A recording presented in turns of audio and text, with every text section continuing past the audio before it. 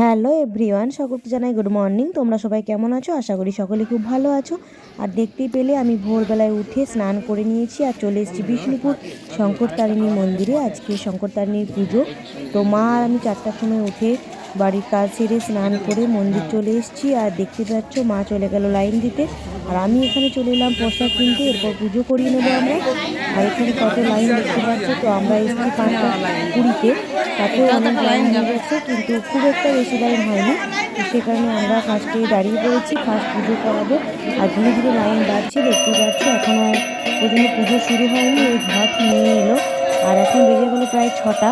তো 6টা থেকে পুজো হবে বলেছিল, কিন্তু এখনও শুরু হয়নি। কখন হবে আমরা এখনও জানি না। তো ঠিক আছে, ওয়েট করি। দেখতে পাচ্ছি কত লম্বা লাইন, এখনও পর্যন্ত মেঘটা পরিষ্কার হয়নি, অন্ধকার চারপাশটা রয়েছে। তো প্রতি বছরই আমরা এভাবে সকালবেলা পুজো করাতে আসি। তো আমিও উপোস করি, মা অনেক বছর ধরে করছে, আর আমি আজকে এটা নিয়ে 3 বছর হলো উপোস করছি মা শঙ্করতারিণী। তো পুজো করিয়ে নিয়েছি, ভিতরে আর ভিডিও করতে পারিনি। তারপর এখানে মা কালীর মন্দির রয়েছে, ওখানে একটু প্রণাম করে নিলাম। আর দেখতে পাচ্ছ মেলা বসছে, রাত 8:30 পর্যন্ত এখানে পুজো হবে। আর ভিড় দেখতে পাচ্ছ, প্রচণ্ড ভিড়। মানে এত ভিড়, একই দিনে একটা মন্দিরেই পুজো হয়, তো সেই কারণে ভিড়টা প্রচণ্ড রয়েছে। আমাদের পুজো করানো হয়ে গেছে, এরপর আমরা বাড়ি চলে যাবো।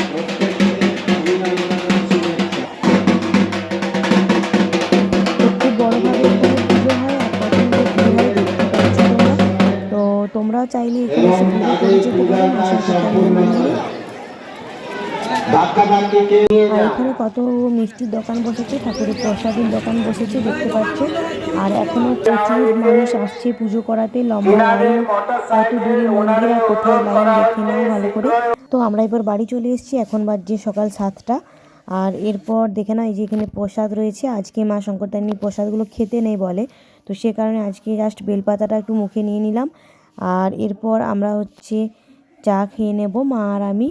আর আমাকে কেমন লাগছে অবশ্যই কমেন্টে জানাবে। আর তারপর আর ভিডিও করতে পারিনি। তারপর আমরা চলে এসেছি বিষ্ণুপুর স্টেশনে, মা আমি দাদা আর বাবা।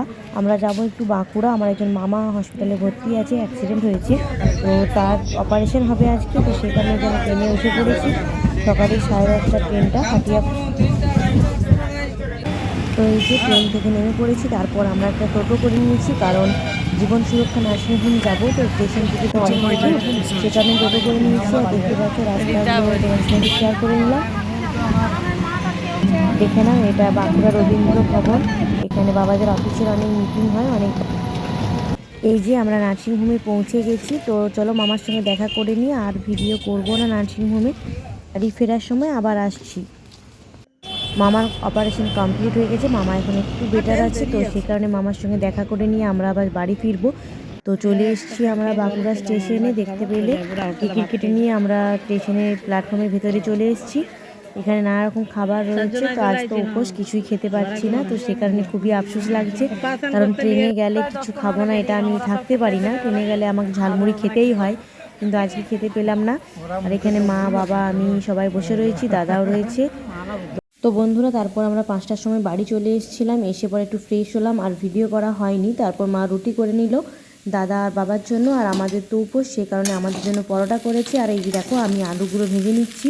মা বলছিল আলুর তরকারি করতে, কিন্তু আমার খুব একটা ভালো লাগে না, আমার পরোটা আলু ভাজা মিষ্টি খেতেই বেশি ভালো লাগে, তো সেই কারণে আলু ভেজে নিলাম। তো পুরো ভিডিওটা তোমাদের কেমন লাগলো অবশ্যই কমেন্টে জানাবে। আর আমি জাস্ট একটু ফ্রি হয়ে বসলাম। আর আজকের মতো ব্লগটা এখানেই শেষ করছি। ভালো লাগলে অবশ্যই লাইক করবে, কমেন্ট করবে, শেয়ার করবে, আর চ্যানেলটাকে সাবস্ক্রাইব করে দেবে। নেক্সট ভিডিও খুব তাড়াতাড়ি আসছে। বাই।